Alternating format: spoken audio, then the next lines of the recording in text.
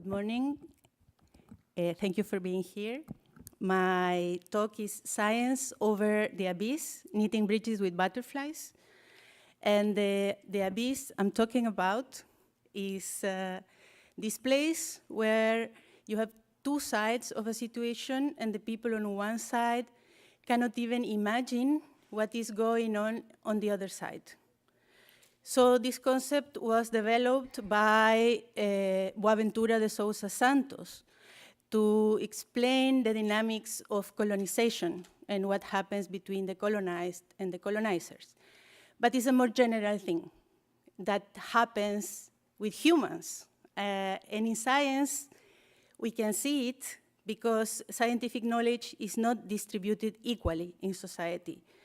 And so the interventions in the real world will serve more the groups that have more access to the knowledge.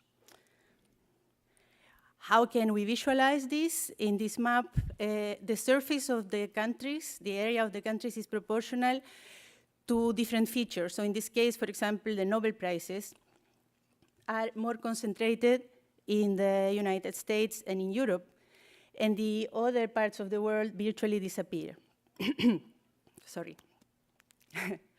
And if we follow the scientific publications, is the same trend, more or less. But if we look at poverty and the lack of education, is the other way around. Now we can see that suddenly all the countries in the South appear very big, meaning that there are reasons why we don't have Nobel Prizes and scientific publications. And these reasons, we can follow them in poverty, and as a consequence of poverty, the lack of access to education. But where is the biodiversity in this picture? Because for scientists, biodiversity is very important. And we can see biodiversity concentrated around the Ecuador and in the tropical areas. So basically in the places where we have more lack of resources and education. And we should be worried about that because that means biodiversity is in danger. And this should make us think deeply about what kind of science are we doing and where is this science going? And I think we have all felt like this at some point in our careers. So is the wild calling us somehow? I put this picture of, we have a monoculture field and next to a forest. And industrialized agriculture does exactly that, right? Growing one thing for high yields, something that is easy to grow, that gives only one product, that grows fast, that is easy to manage. And science is also industrialized. And this has created more authoritarian and unequal power relationships. And a process of proletarianization, is this a word? I look it up. And we depend on the capital. So we need very expensive equipment and reagents, which broadens the gap between the science that is being made in the, let's call it the central countries versus the peripheral countries. But is this really what we want? So the mind, the human mind, is an ecosystem, and we can reforest this mind. Our mind is very complex. It's full of dreams and strange ideas and also stories. So I will share with you a part of my story. They are my grandmothers, and they have something in common. That is, they were very clever, they were very resourceful, they were very talented, and they were not permitted to get any studies because they were women. And this was the case for the three of them, and they really, really wanted to study. Moreover, in the case of my great-grandmother, Marta, apart from being a woman, she was also Mapuche, so belonging to this Chilean indigenous group. And when she was a little girl, she would go to school, but they will take her out of the classroom to clean the school. And she used to tell this story with a lot of frustration because she said that she really wanted to hear what the teacher was saying, but they didn't let her remain in the classroom. So she had a little plot of land, and she used to grow vegetables and sell them in the market. This is how she made a living. But when she died, she donated that land to build a school. And that school remains to this day, and it bears her name. It has her name. So she's been an inspiration for me in many ways. The three of them has been an inspiration for me in many ways in all what I do. And after I did my PhD in France, that was the country of origin of Marie-Louise, that is my great aunt. And I did my postdoc also in Europe. But then when I was thinking about what to do with my life, my great-grandmother Marta inspired the rest of my decisions, because I thought about her, and I thought in the world there are still many girls like her. And that is part of the reason why I ended up in ICAM. So ICAM is a university in the Amazon area of the Ecuador. It's next to a biological reserve, and the objective is to provide high-quality education and to make important research in the fields of biodiversity and sustainability. More or less half of our students belong to that same area, the Amazon, and many of them, a great proportion of them, are from the indigenous communities and nations of this land. We are in a great spot for studying all kinds of diversity because it's between the Andes and the lowlands of the Amazon. So we have access to many altitudinal levels and many different ecosystems. So it's a very strategical location. But there are no labs. So I arrived there 10 years ago, and there was basically the classrooms and not much more. So I was coming from my postdoc in Oxford, and I was used to have everything. Everything was really easy to get. And when I arrived there, there was really nothing. So you would open the door of the classroom, and you will see this: forest, the river, and lots of rain. And while I was waiting for something to happen and until we could get the equipment to do science, by the way, I'm a molecular biologist, so I work with epigenetics. I remember that with my grandma, in the rainy days, we used to knit together. So I said, why not? Let's knit. And I started knitting with the neighbors, and then we got talking about their connection with the different animals that are in the jungle. Especially, they were afraid of snakes. So I wanted to talk more about this and the different things that are in the jungle. So we started knitting the animals of the jungle together, trying to make them as real as possible. In this way, bringing the invisible world to the visible and to make something that you can touch. Because many of these things you never really see, and some of them are very little. So we knitted these models, and then they started selling them. It was very good also to create bonds between the university and the local community. And we started intertwining their traditional knowledge and stories to the scientific knowledge with the common goal of preserving, to better knowing and preserving this biodiversity. And we got an award from the United Nations Intercultural Innovation Hub.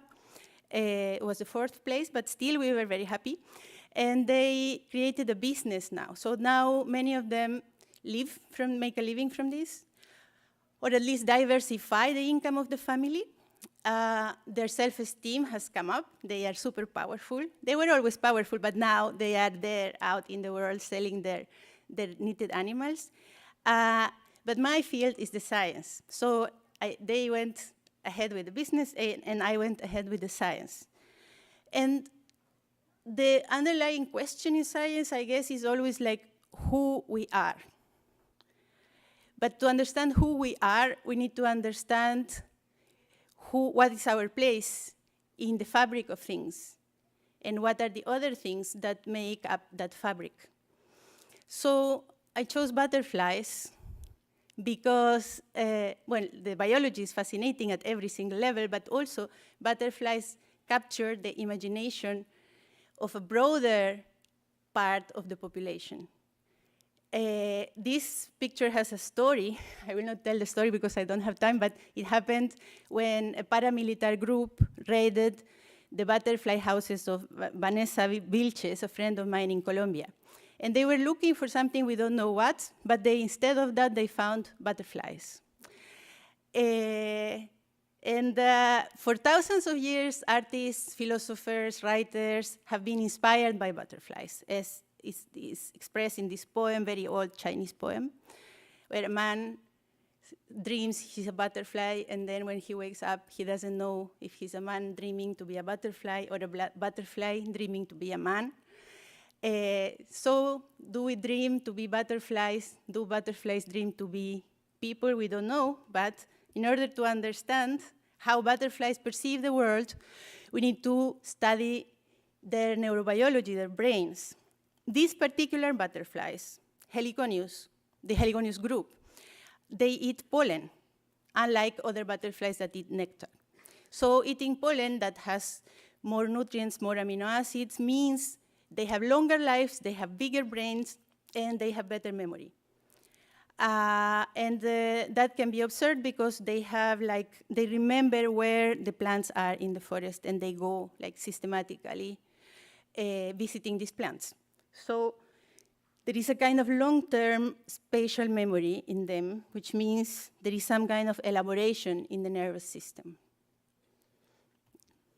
And Stephen Montgomery, part of this HFSP project, has been studying this for a long time, particularly one part of the brain that is called the mushroom body that is specifically expanded for memory and learning in these butterflies. So it's much bigger than in the other ones that don't eat pollen.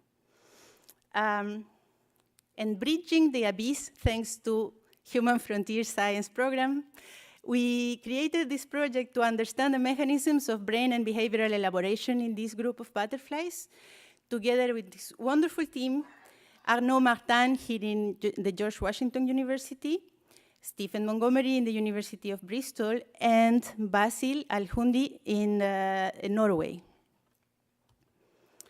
We are just beginning to get the first results. So the first part is about creating an atlas of the brain and understanding gene expression cell by cell, so in single cells, and then connecting the gene expression to the function of those cells in the brain. And we have our first preliminary results that we were able to sequence the RNA in the brain, and there you can see the clusters, so we can differentiate different types of cells. And this is just out of the oven, so I will be telling more in the next years, I think, when we really get to analyze the data. This was made by Francesco Cicconardi and Stephen Montgomery in Bristol. And then, at the same time, we want to develop genetic tools that allow us to more deeply explore what's happening in the brains. For this, Arnaud Martin and his postdoc, Donia Shodia, Donia is in the left, in case you were wondering, they are expressing fluorescent proteins in the brains of the caterpillars.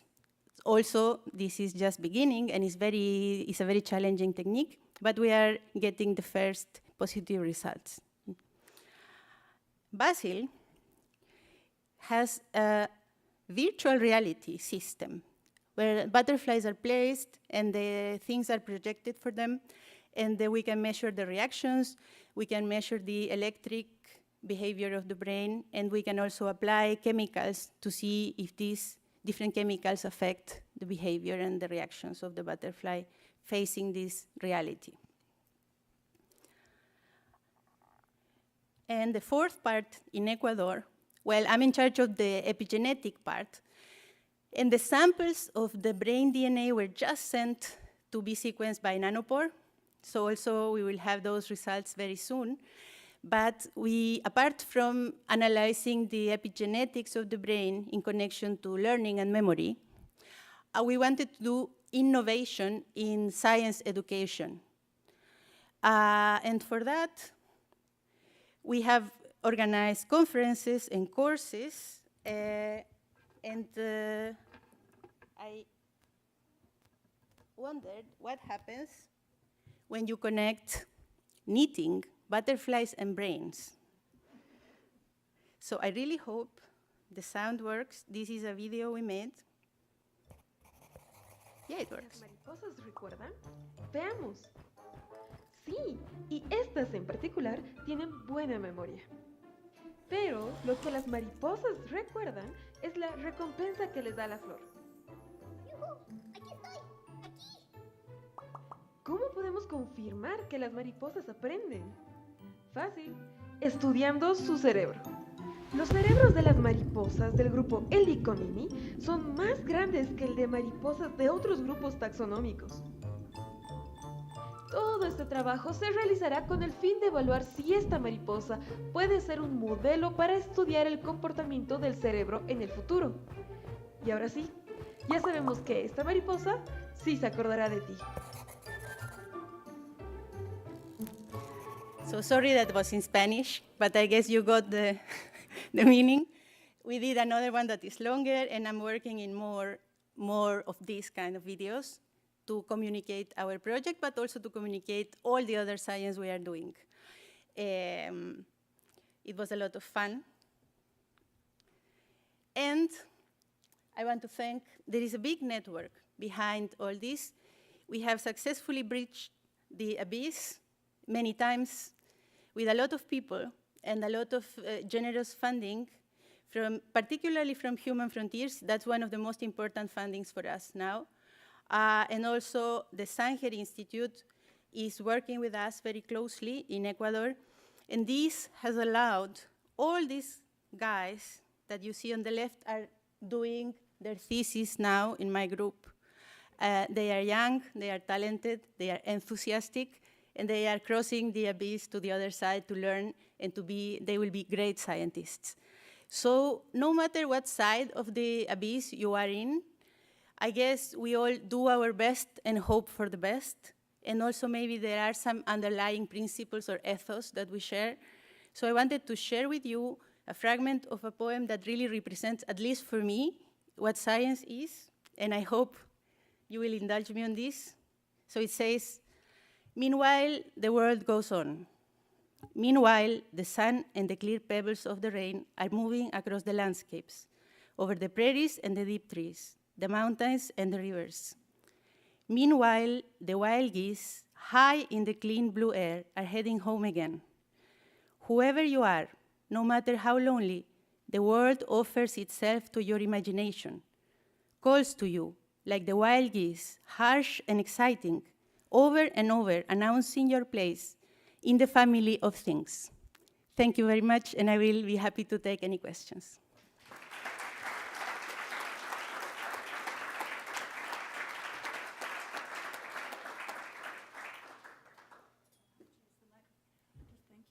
Thank you very much. This is a project which is very much in the spirit of HFSP, I want to say, because we're really trying to also cross this or connect this abyss and build bridges. So good to see that. Questions on the butterflies and on the, no, not on the knitting. You can. Yeah, the knitting, I did it all, so I can answer any questions about that. I want to see your mushroom body knitting. That's cool. Fascinating work. So I have a question that in the social insect, the mushroom body also expand. I'm just wondering whether the butterfly, they are like solitary animal, or so they have like a different social behavior. Yeah, no, they are not social, but not particularly. There are some that grow, like when they are larvae, they are in clutches, but they are not really social. So thank you for that. And I really admire the way you've bridged the community with your science. It's super impressive. So just one question on the science side. So with your butterflies, are you going to try, you said you were interested in memory. Are you going to do that in the field environment in the forest, or is it going to be in a lab-based environment? Halfway. So the university, as you could see, is in the forest, and we have the greenhouses and the butterfly houses among the trees. So it's a very basic infrastructure, but they are separated by some net. But in Ecuador, not in No, it's in Norway Ecuador. or what- Yeah. And we're trying to do as much as possible, like locally. Yeah, fantastic. I have two questions. One is very quick. Is there a helical on your dress? Oh, that's a very good question. I don't think so. No, she already checked. Sorry. Thank you. Serious question. When you collaborate like that from the Amazon, I was privileged to work in the Amazon and the RBA project. Maybe you heard about it across the Amazon. We had a lot of problems collaborating.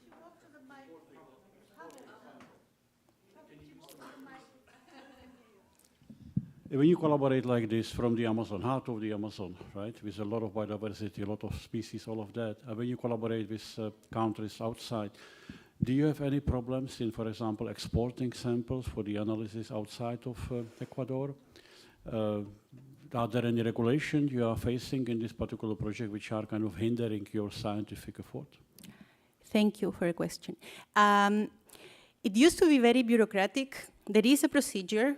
Ecuador is very, very much into Nagoya Protocol, so everything has to be Nagoya compliant.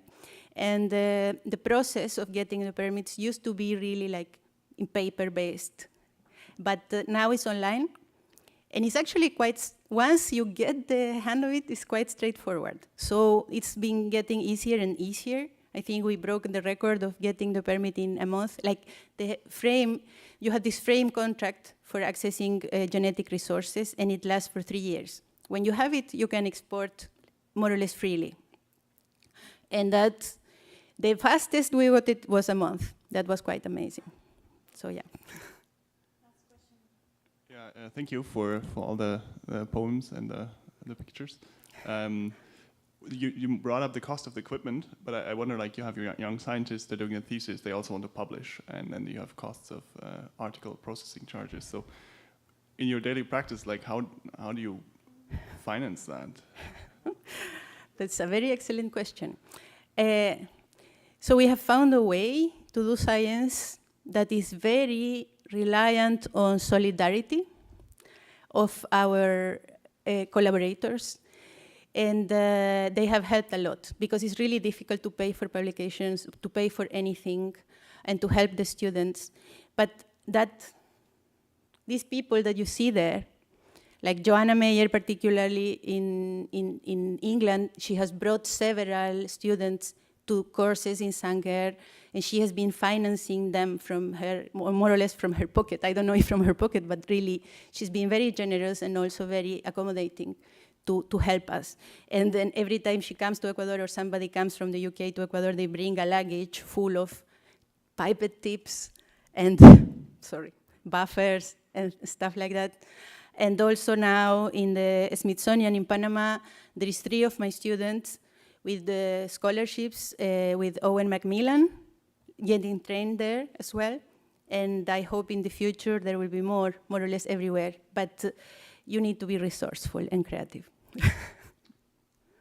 Almut, allow me just a quick follow-up on Justus's question, because he's a new fellow and there are a couple of new grantees around from this year still. APCs are part of the HFSP package. You can always pay article processing charges through the HFSP award money. That's part of the award agreement, okay? Oh, that's good to know, thank you. Read the documents. My bad. And I take for a second another one of my hats. Many journals now do good agreements, and especially with countries in those regions. So one has to, yeah. Thank you very much again for an unusual and very inspiring talk, Caroline. Let's give her another hand for the butterflies and Caroline.